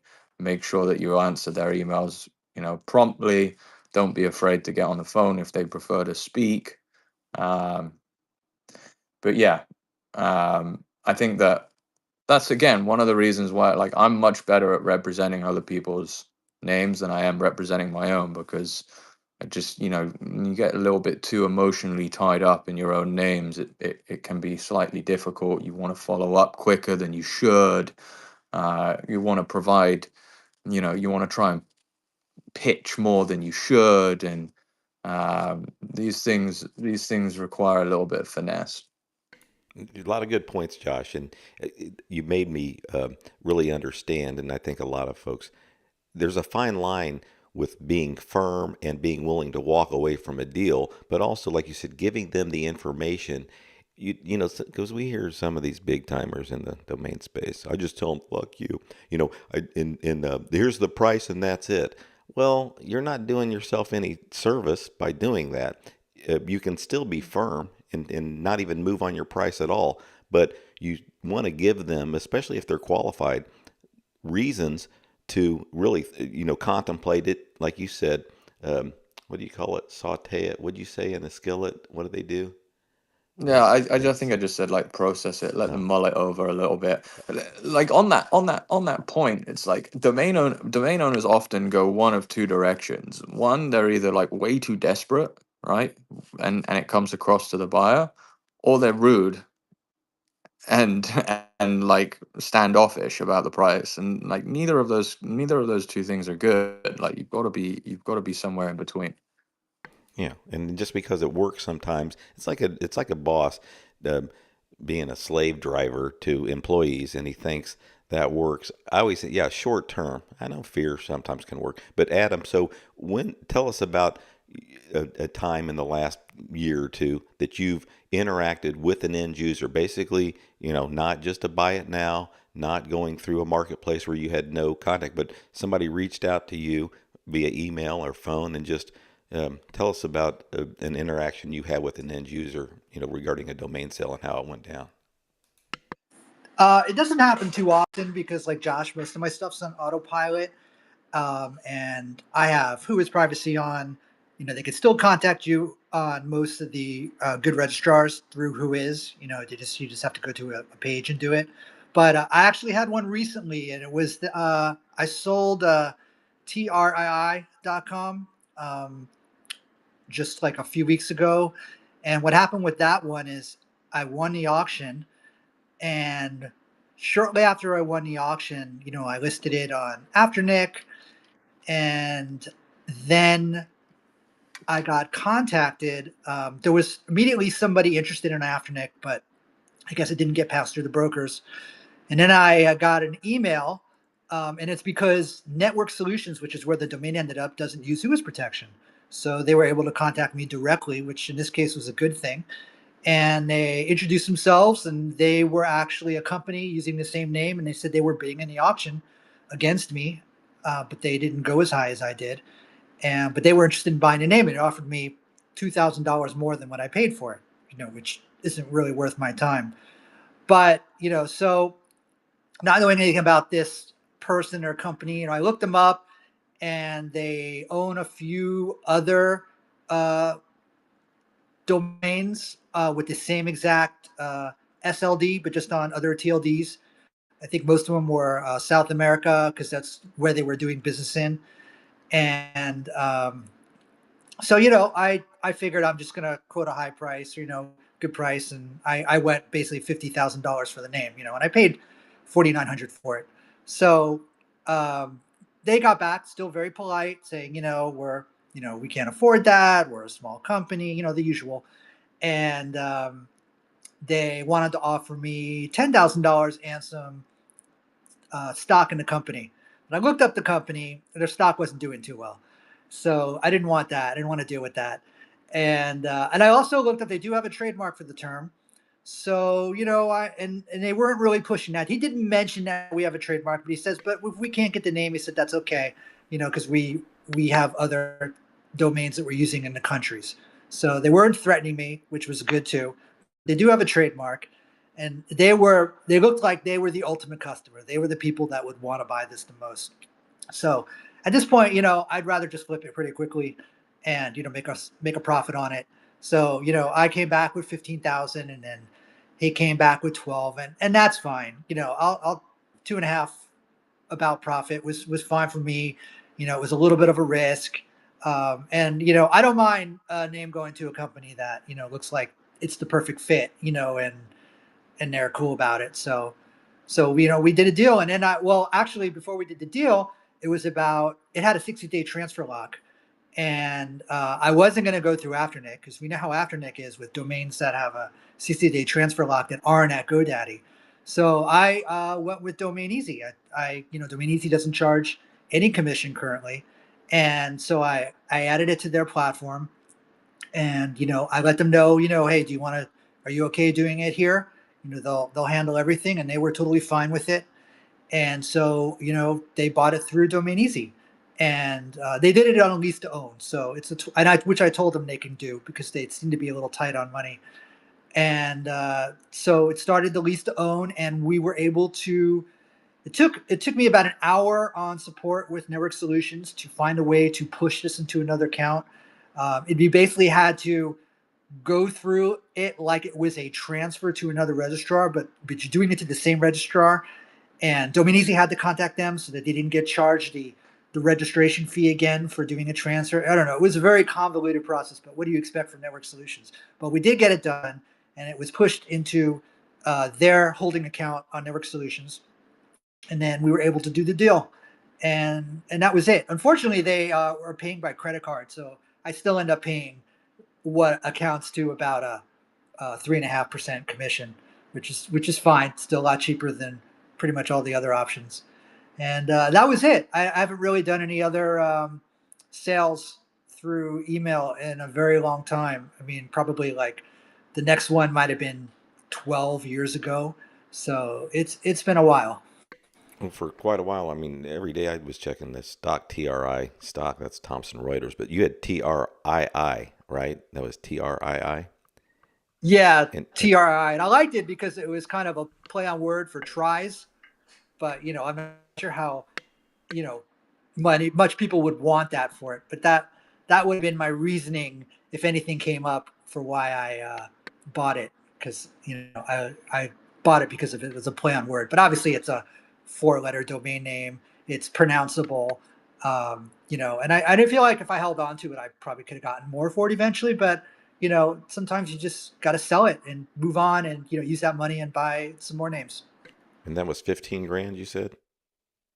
12 grand I Okay, sold you it had for. sold it for 12.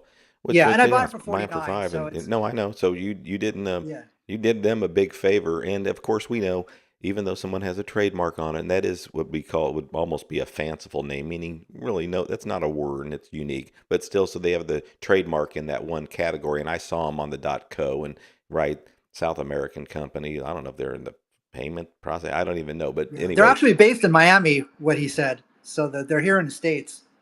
cool. Well, that's a nice deal. But no, I see, Adam. It says a lot about. I mean, you you were very willing to work with them. We gave them a great price. Nobody in here is going to buy a name for 5,000 and sell it for 12. You do a lot of transactions. Some we've seen it. Some 15 times, or greater, and then you do some for 2 or 3 times. The thing is, I think, and then willing to close it. I love it. They're like, remind me of the top salesman in the office. So this one, then you get, and then it was a lease, okay, and it doesn't matter. We booked it. It's done. And then you look at the other salespeople and go, "You guys are fired. You guys can't do it." But no, fantastic story. Like I said about interacting with the end users, um, I like that you just didn't let the fish get away, even though it looked like a shark took a piece of it on your bringing it into the boat. You're like, okay, so I didn't get everything I wanted out of it, but I still got enough to, you know, feed the family. Hey, Arif, so what did you do a lot of transactions? I know they're mostly afternet, not dealing with a person, but whether it's successful or not, when tell us about it. An experience you've had dealing with a buyer, an end user of a name. So yeah, like nowadays, all my stuff is listed and priced, and so it's pretty standard. But I was telling you my history before. In 2017, at that point, I had about just under 1,000 domains. By the end of 2017, I had priced them all, right, and I didn't price them again until like, I don't know, 2020. So there was about 2,000 plus of my domains in that period of time where they weren't really listed, and that's when you have a portfolio, and you have them listed, and you're still making some sales. That's when you're picking them right. So I'm kind of happy I did that. And also, like, I truly enjoyed interacting with people because those domains, people would obviously reach out to me. It was mostly email, but I gotten texts, I gotten phone calls, like not tons and tons, but like I made sales for that, and I really enjoyed it. And the honest truth was, like, the sales I made often were more than I would list at Buy It Now, right? Just because when you have a lead coming in, it's, I think Josh mentioned, or somebody mentioned before, it's a hot lead, right? You know that the person wants your name. It's not like you're pricing them for that 1% sell-through rate. It's like, no, this person, as long as you treat them right and you give them a good price, that's a sale pretty much. It's very, very rare that it wouldn't happen. And so, yeah, I really enjoyed negotiating. And one thing I could say is, when you're starting off, it is tough. When you're looking for your first couple of sales, it's rough because you want to get that first sale, and sometimes you get too greedy, or it's like you're just afraid of saying the wrong thing to upset the person, whatever it is. But once you start getting those sales in, and you got your confidence up, and you don't need to sell for sake of selling anymore because you already made some sales, that it changes completely. So, like, if you want to try this, get some sales under your belt first with Buy It Nows. But once you made a few sales and you want to test it out, like, go for it. I mean, I really enjoy it. And the fun part about it is, at the end of it, you get interaction with a person who really is grateful. They thank you. They go, oh, thank you. I've dreamt of building this project and blah, blah, blah. And now I can do it thanks to your domain. And that's really a really cool part of it. Obviously, it doesn't really change your profit margin at the end of the day, but it's still a good sense of, yeah, I'm not doing something, I'm enjoying it, and it propels you forward. But again, eventually, because like I'm mostly those 4-figure bread and butter names. Now I'm selling some at 5 figures. January I had 2 5-figure sales, but it's still, you're better off pricing your domains and going for that volume, because yes, while I did close some sales that more than I ever would have priced them at Buy It Now, the volume of sales that I got from having them priced and having them on Afternic with proper pricing, with the fast transfer and all that stuff, the overall dollar amount went up. So yeah, sure, I'd get fewer dollar amounts in per transaction, but this number of sales made up for it easily. Plus, it's also it's fun to interact with people, and I enjoyed doing it. But at the same time, when you get that congratulations email from Afternic and you didn't have to do anything, that's a lot of fun too. Yeah, I was thinking it's great information from each one of you guys. And I wanted to say last night when we were at dinner, I had a couple guys there. It was very good to see Dennis from Domain Smoke. I haven't seen him, and now he lives. Look, and I was just at the AAA getting some registration down in Thousand Oaks, and he lives right behind there. I mean, basically, Dennis lives really close to me, so I look forward to getting some coffee with him, having lunch. But he's got 8,000-9,000 names. I think 12,000. I don't even know. But he was saying, yeah, he goes for a month without selling, and then has a good month, and he's doing pretty good at it. But I was saying, it's frustrating as a domain investor. It doesn't, sometimes your past history, had a lot of sales before, and then you go through slow times. And when I say frustrating, I always think about my own portfolio. Now I'm, down from 5,000-6,000. I have about 1,000 names. So can expect for the sales to be, the volume to be less each year. Plus, I got some numbers pretty high on names that I'm like, because I'm, now focusing on really some of the partnerships I have, and basically building out some names and just knowing, listen, if somebody wants one of these names, they're going to have to pay for it. I'm not, worried about, having a high sell-through rate or even a reasonable sell-through rate. But it certainly does when you're a domainer and you're used to having someone come to ask you to dance and no one's asking you. You're like, damn, okay, I'm getting saggy. Okay, but I wanted to mention that Oren was there last night. He's got like 10 to 15,000 names. He does $1 million in sales per year, and he's in other businesses. You can catch him on LinkedIn. But I was going to say, it's just so valuable speaking to other domain investors if you're in this space. So I'm really speaking now to beginners out there. A lot of us that have done it for many, many years, we still love talking about it. We love talking about what's working, what's not working. We have the same frustrations that you have. This is not an easy business, but I was just thinking that because I was looking at, you get, a few hundred people that will listen on replay, sometimes even more than that. and maybe in the room 60, 70. If I was somebody going through X right now, and I was like, fuck, there's a lot of developers in rooms about base network and so on. This is it's such a unique business, domain investing. We're going to be here for another 30 minutes. And we shut down right before noon Pacific, 3 p.m. Eastern. We shut down right before that every week. But it really is, I'm always a skeptic of anything, not just domain investing, but I'm always somebody who's uh, skeptical of everything. And really, when I hear, about some of the big sales and some of the domains, this is get you a seat at the table, make or break. And I hear, uh, but we seldom hear people take the other side. And that's like, yeah, there was jet.com. There's a bunch of companies that had the greatest domain names and just faltered. So the domain is just a piece of the puzzle. And then we're, the domain investors normally, not the end users. So it really is, I put in the post, this it takes a special skill set. And I'm sure some people are going to say, really, sometimes it doesn't. You just pick names and you No, you get 100% it does, right? But it's not one skill set, right? It's yeah, you have to know the technical stuff and whatnot and all the stuff that we talk about in the rooms and on the podcast, whatever it is, they're really important. But it's also a big part of it is your collection of life experiences, right? Like what sort of knowledge set do you have in your mind? Because yeah, you got to know there's certain types of domains that sell over others technically, but then you also have to know about the industries, right, of the domains you're buying. And the larger, you don't have to necessarily be an expert in anything. Like I don't consider myself an expert in anything, but I do have a wide range of interest and knowledge that I've collected over my lifetime. Like watching the news, multiple times a week and documentaries and just absorbing data, random data all over the place. That all those things add up. And it makes you, when you're going through lists every night of expired domains, for example, you can go through much quicker because of that knowledge set. You don't have to jump to Google every time, right? And I still do that, right? Don't get me wrong. I mean, and you should. And even more, if you have the time, you should do the deep dives that Josh does. But like for me, most of my stuff is bread and butter, right? I got them super cheap, expiration auctions, closeouts, and whatever it is. I don't have the time to go and analyze, like 500 domains, right? That I'm open to. And then, yeah, over time, I dwindle things down to maybe a dozen or two domains per day if I'm doing a full day worth of stuff. But it's not as simple as just okay, reading the basics or going to Domain Academy or whatever it is.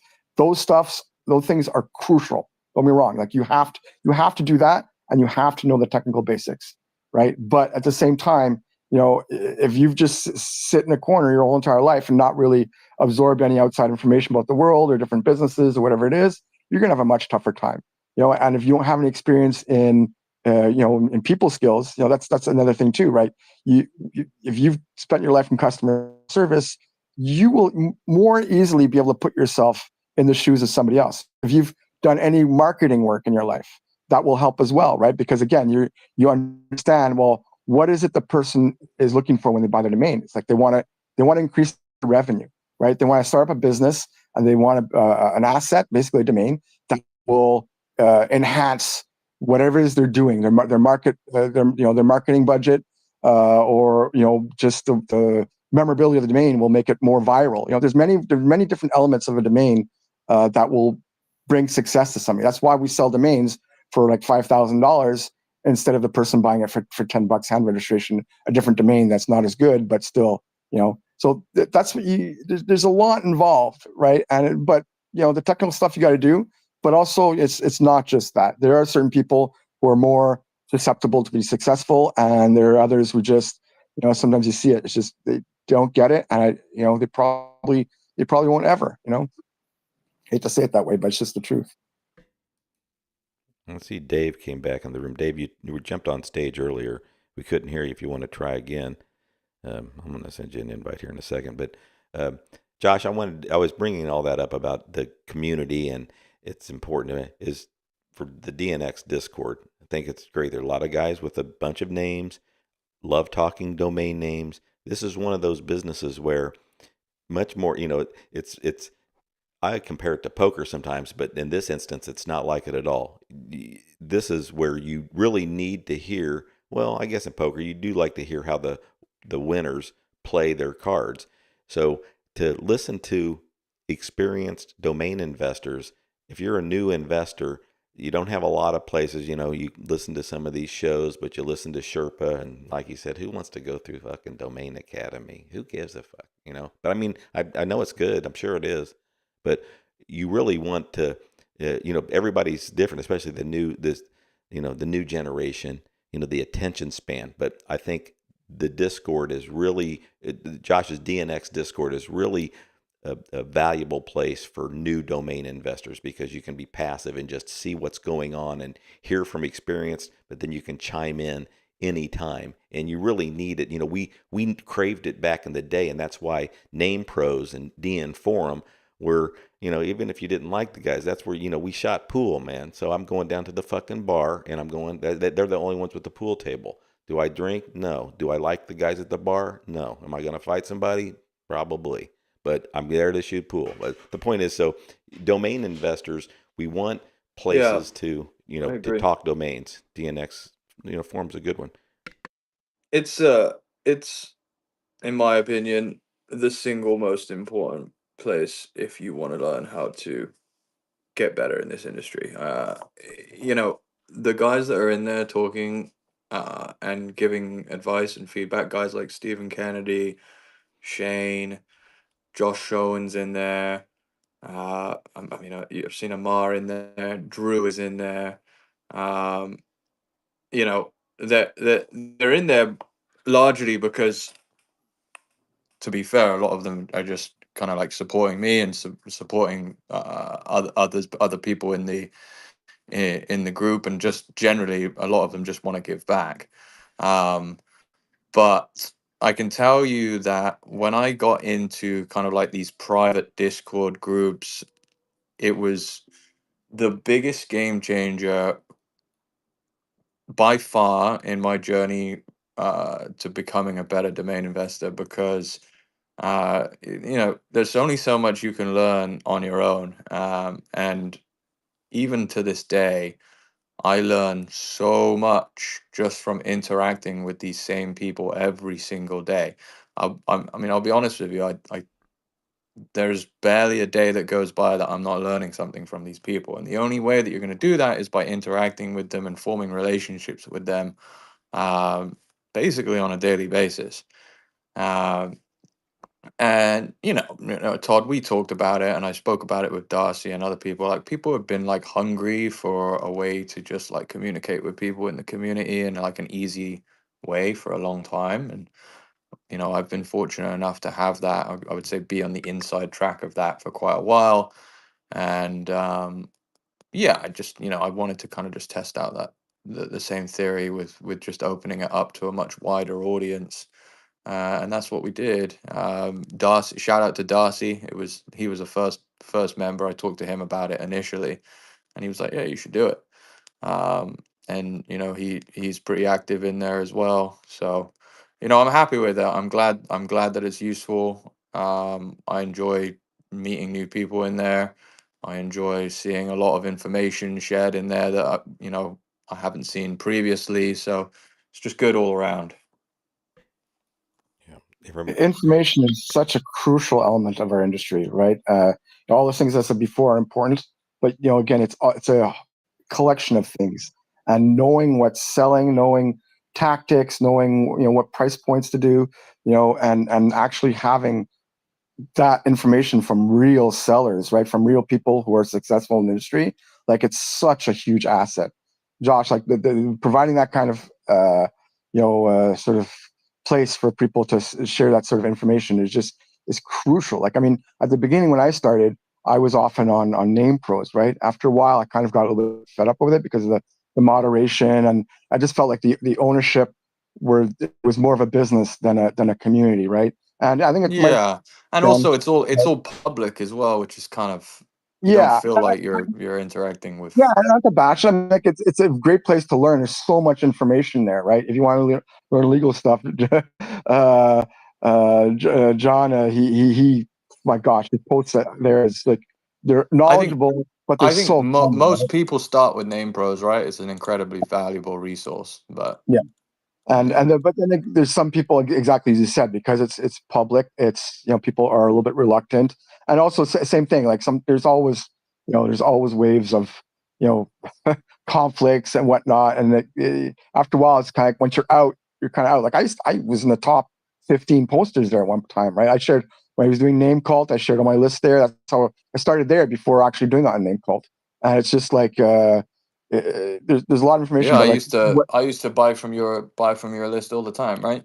yeah. And it was really good. But having that what you're doing right now, I think it's the next generation of where you can get that inside information. And I think also, if you took the average person in your community versus Name Pros, I think the experience is a lot higher as well. So like the quality of pertinent information, I think, is also a little bit higher. So yeah, I mean, for everybody listening, and Todd was mentioning to newcomers before, man, when you start getting the forums, start listening to those podcasts. Like the rest in peace, Steamy, my little dog, he passed away late last year. But I mean, I'm a successful domainer because we would walk, 3-4 hours, and I would go through like 2 or 3 Sherpas per walk, right? And just listen and re-listen. And Andrew Allman's podcast too, Dominion Wire, like those two are the staples, right? Josh, when you were doing yours for a while, that was fantastic information. In fact, I would recommend people go back and listen to those. Obviously, bear in mind that what's hot in terms of domains has changed, but the tactics, are still, the fundamentals are still there. And you shared a lot of good stuff when you were doing that. So yeah, I mean, just if you're starting, man, absorb that information. Like if it wasn't for that, I wouldn't be, a successful domainer. I mean, I'm not as successful as the other guys, but I mean, like I consistently the last 6 years or so, at least, I've like doubled my money pretty much every year, right? And it's scary how consistent it is. And Todd, like to mention what you were saying before, yeah, like Dennis and Domain Smoke. I mean, he has, I think, about double the domains I do. And it's good to know he has 0 months because every now and then I get a 0 month. They're more and more rare, but it happens, right? But then I get a month like this past January or last summer, I had like 4 months back to back that were like just on fire, right? And it's once those sales start coming through, it just starts to feel good. And it's tough because I see often people in the rooms and going back to the socials and back on Clubhouse and whatnot. And it's like there's so many people who are just stuck in that first phase, and it's tough because I always recommend people don't go too fast when you start, right? Go slow and steady and absorb information and see what sells and what doesn't sell. But the problem is that for most people, especially in my bread and butter type of domains, when you're looking at 1% sell-through rate, you need to have a lot of domains to get sales, but you don't want to get too many domains until you get sales. So what do you do, right? That's where the knowledge is really important. Absorb information more than you grow your portfolio, and then you'll get your sales and then slowly grow from there. But it's really tough when you're starting. So just be patient and learn. Well, I wanted to say quickly, but Domain Sherpa, I told Amar he's really one of my favorites on there, just because he's funny sometimes, but mostly doesn't mess around. Brings up good transactions that he's been part of, and gives good commentary about when they're playing the game, and then even talking about the names later. But Amar, that's a shout out to you. And I love seeing Adam Strong when he's on there. I've never seen somebody more uncomfortable being like, I don't even want to be on this motherfucking show. And I think he's probably said that on the show. But it is awesome to when he's on there too. But for those, I want to get to Dave X here, and I want to say Dave is a very experienced domainer. He name pros. He listens to, a lot of the shows. You'll see him in the crowd. He shares a lot. And he, I think a lot of us were on Clubhouse because of domains. I didn't go to Clubhouse like, hey, I'm on Clubhouse. Oh, look, domains. Domains brought me to Clubhouse. It's because we're constantly looking for the domain community. That's why I went to a friggin' meetup last night because, and I get invited to a ton of meetups. If it's something to do with film stuff I like, Indiana University, I like those type of meetups I use in LA, and then the domain stuff. But Dave, thanks for being here. How important is being part of these communities to you? And tell us what's been going on. Hey Todd, can you hear me okay? Yep, sound good. Todd? Yep, Okay, yes. good. You can hear me okay? Yeah, All right. sounds Yeah, good. no, everything's been good, man. I'm really sorry that I missed the meetup. I just put a note in the Discord there, the DNX Discord, that I'll be sure to make the next one. I had been looking in that area of the Discord, and I really didn't notice anything locally. And then I look away, and sure enough, there had been a meetup put together by Braden. And I've only met him once. We sat and had a coffee and talked for a couple hours. And I haven't met you in person yet, although, as you mentioned, we've been around this business for many years, for myself over a decade. Sales have been okay. They've been coming in pretty typical. I do a lot of hand registrations, have done them for years. And, I think I've developed a little bit of skill as far as those go. So I do get some pretty regular sales. I think I had 3 sales this month. And they were all originally just hand registered names, or, I called original owner names. But no, everything's been good. And I feel, I really wish I had made it to the meetup, man. But no, I'm loving seeing all this influx of capital in this business, though. These are bigger sales, more public sales. Loving seeing all of this. I think it means great things for all of us committed investors. Hey, we're having a lunch with Daniel Braden in the next couple weeks because we're close, and Daniel and I like to get a lobster roll. And I told Braden, I'd tell him. He's like, "Yeah, tell me." He just likes to listen in. But Dave, I'm gonna make sure you're invited. So we'll do something in the next couple weeks, and you and I are gonna shoot some pool. So I'm down for the groundbreaking on that. Let's We're gonna do do it. that and see me. I mean, it's had that really nice place. So I'm not going to mess around. I'll talk with you in the next couple of days right on here, just so we can lock it in. Hey, Love it. there was Well, something I want. Oh, Ragu's come up. Yeah, everybody, it's like we're closing down in 10, 15 minutes. I do it at least by 11:55 my time. So I appreciate you coming up here. Everybody likes to, do it here at the last minute. Ragu, are you on stage? It looked like you came up here. Now I don't see you. Is he coming back? Oh, here he comes. And this is risky. We know it's always risky, but I don't know. I'm gonna say for everybody, we Yeah. love Ragu. I guess we do. Hey, Ragu, what's Yes. up? Yes. Yes. What's going on? How are you? Quickly, I have 2 questions or 2 queries before I go further. And what Josh said, um, and I believe him, is about going to Discord and all that. I learned from Clubhouse, then I moved to Spaces. Now I'm ready to go to Discord. But the problem is, I just want a demo first. Like here, Josh, if you can kindly help me to what I'm missing. Give me a demo here before I go in there. So that's one question. And next question is, why we need all that now? Is AI is there?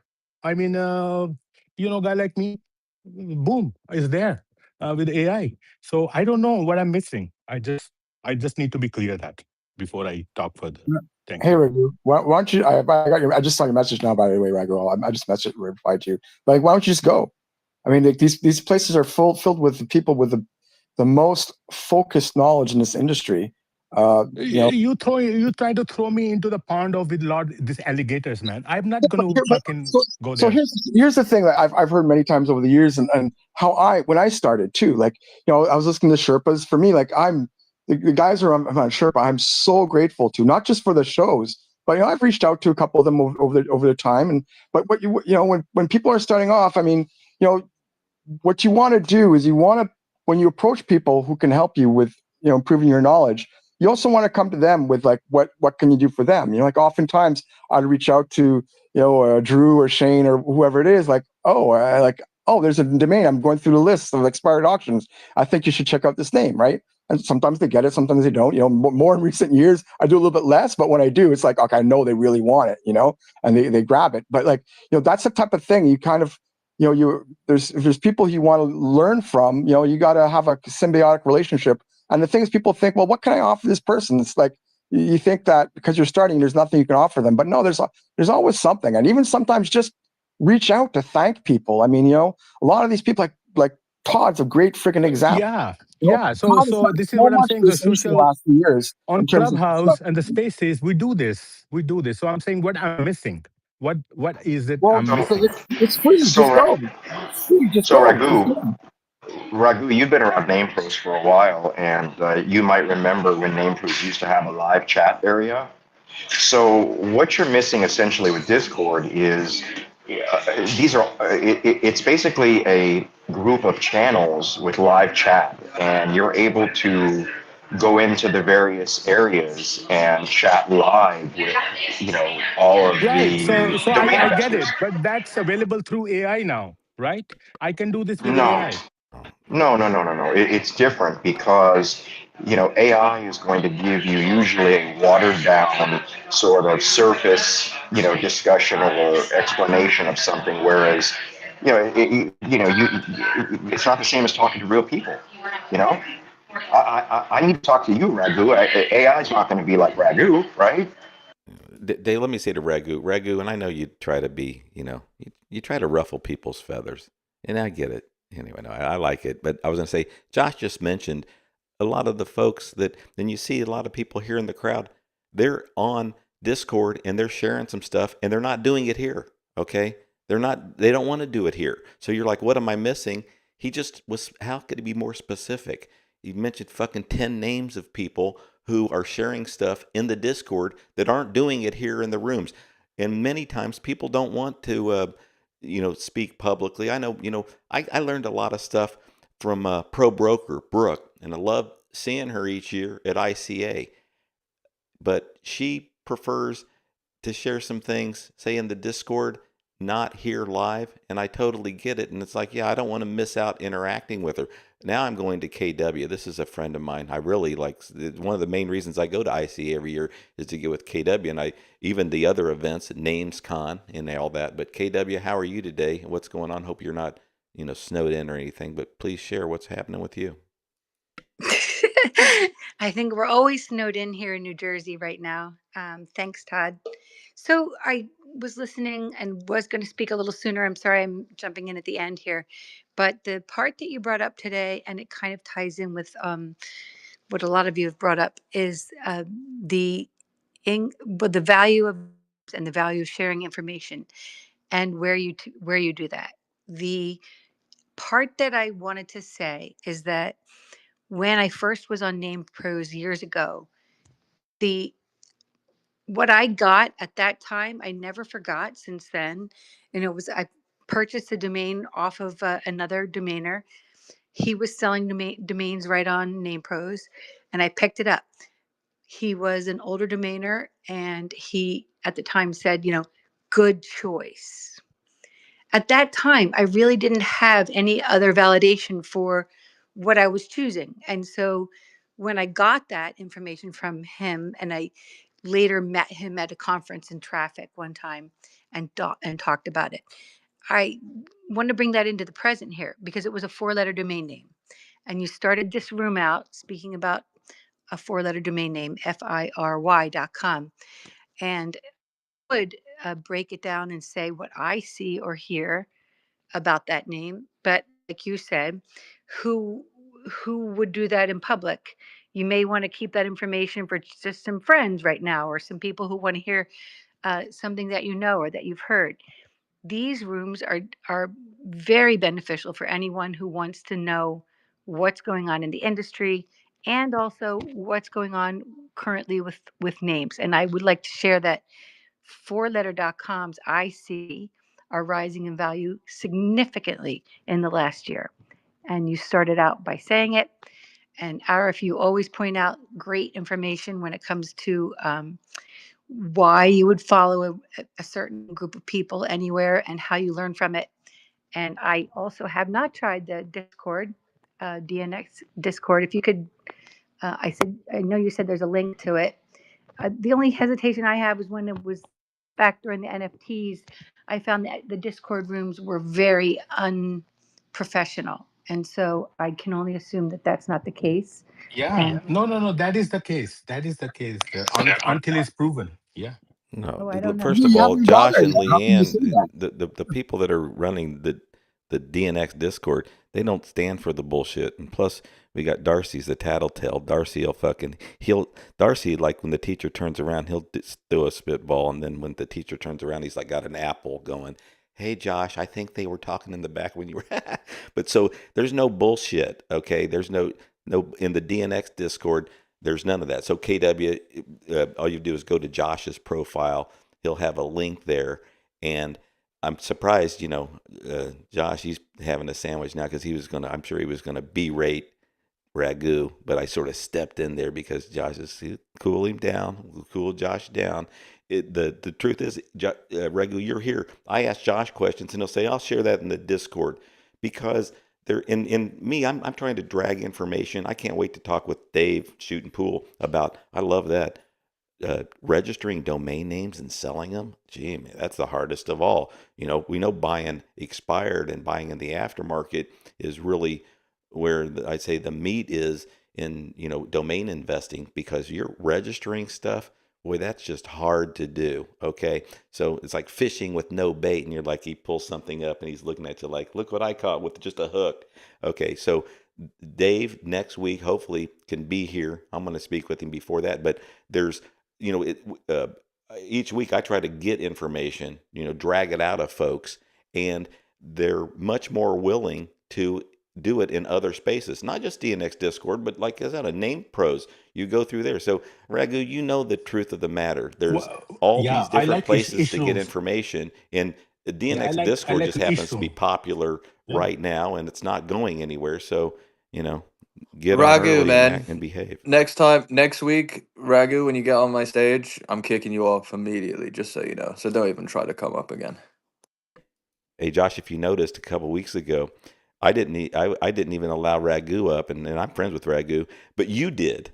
I was like, who let Ragu up? It was Josh. So he's, Hey, it's not love hate guys, AMR. real fast, real fast. Let me just uh, say something. Why does Josh or anyone need to justify or convince Ragu or anyone else why they should be part of the Discord? It's free information and knowledge, and if you don't want to be part of it, then don't be part of it. You don't. Nobody needs to beg you to be part of it. So knock yourself out if you don't want to Oh no, enjoy and that's not learn. that. No, that's not the attention. That's not the attention, man. And I don't know who is speaking, but This is Amar. That is your intention. You said prove oh, it. You said Amar. you said No, no, prove no, it. no, Yeah, no, you no, did. no. Your words were prove it. What? Prove it to me. Like Yeah, what? Nobody needs to prove anything to No, you. no, no, Amar, you took it so wrong. And if you misunderstood me, it's fine. You can go ahead. This but guy. Ragu, you were asking Josh to explain to you why it's beneficial to be in the Discord. I mean, like Bro, it's free. Just go. it's all good. We don't need to talk about it anymore. Every week at the last 20 minutes, Ragu comes up and like tries to like I don't know if he like thinks that I'm trying to like pull some kind of shisty shit on the industry. I honestly I don't care, but basically questions my intentions every single week. So like fuck, it's just tiring, man. I'm not going to invite you to come and talk if you're going to like I, try and I shit get on it. everything that I do because honestly, That's I fine, don't man. care. That's not a So threat to me. That's okay, fine with well, it me. doesn't matter, Ragu. Ragu doesn't Fuck matter. it. But Yeah. just to say, like, so I mean, I just add to the information part of things. I mean, nowadays it's even more crucial to have these. I guess we call it sheltered communities or private communities, whatever you want to call it, because No, I you're like, just want to no, understand. Listen, man, Aleph, I just want you I'm to not talking about understand you what's anymore. I'm going talking on about with the general. AI. What's Okay, going on yeah, with AI? but That's all I was interested in. Okay. okay, but I'm not here to listen to a lecture here, man. okay, Okay. I'm I This not was is I'm not here. Ragu's talking about I last you, was time not on Ragu. here for stage, this so let him attention. go. Ragu, Ragu, Ragu, I'm not talking about you. it was. I'm talking about in Go general ahead, Eric. AI. With AI now, a lot of us are more reluctant to share. Right? For me, before you guys know, like I shared 90% of my sales all the time. Right? And now, like in these rooms, or if I share it on Twitter or X, what you want to call it, it's like it's feeding Elon's machine, right? It's feeding Grok. I'm like, do I want my data to be used for that? And I don't know the answer to that yet, right? Like I haven't decided yet, so that's why I'm reluctant. I'm hesitant. Like I'm usually really paranoid and really restrictive with my personal data, right? It's funny because I'm very open on some things, but at the same time, I'm like, like when these platforms ask me to send me my passport, I'm like, well, I will do it on Zoom, but I'll never send it by email where it'll stay on your servers forever, right? I'm just paranoid with that kind of stuff. And so same thing with AI. I think many people now are a little bit more reluctant. So like the sort of information that we're getting in public settings, like, here, or the Sherpas and whatever it is. Amar, first of all, Yeah. thank you for being part of that. Josh too. I saw Adam as well. Like what we gain as a community from those shows are just invaluable. But I mean, nowadays with AI scraping everything, people are going to be more reluctant to share, right? And so communities like the ones that Josh has developed is really important for to get the information we need to grow, right? Anyway, it's all good. I Yeah. appreciate it, Arif, but we don't need to talk about it Right. anymore. And It's we, like, and we all know, Eric, what you're talking about. Ragu's the only one. We're getting ready to close. But Ragu, I for wasn't you going to can't talk believe it, about all him at this that time point. you stepped in shit today and now it's not coming off. It's like, and today, and you've been worse, but it is true. Well, we're closing the room down. So, and I know, Ragu, you don't care, but it was fun having you on stage here. If it happens again, it's not going to be, anyway. Well, next week, we're going to be here.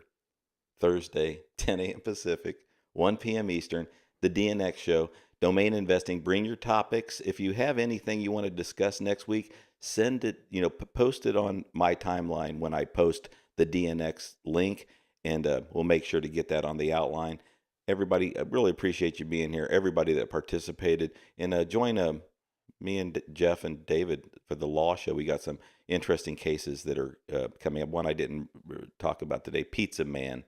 But anyway, thanks for being here. See you on Tuesday. Also, don't forget, Ish has a pretty good room, really good room on Saturdays, 10 a.m. Pacific, 1 p.m. Eastern.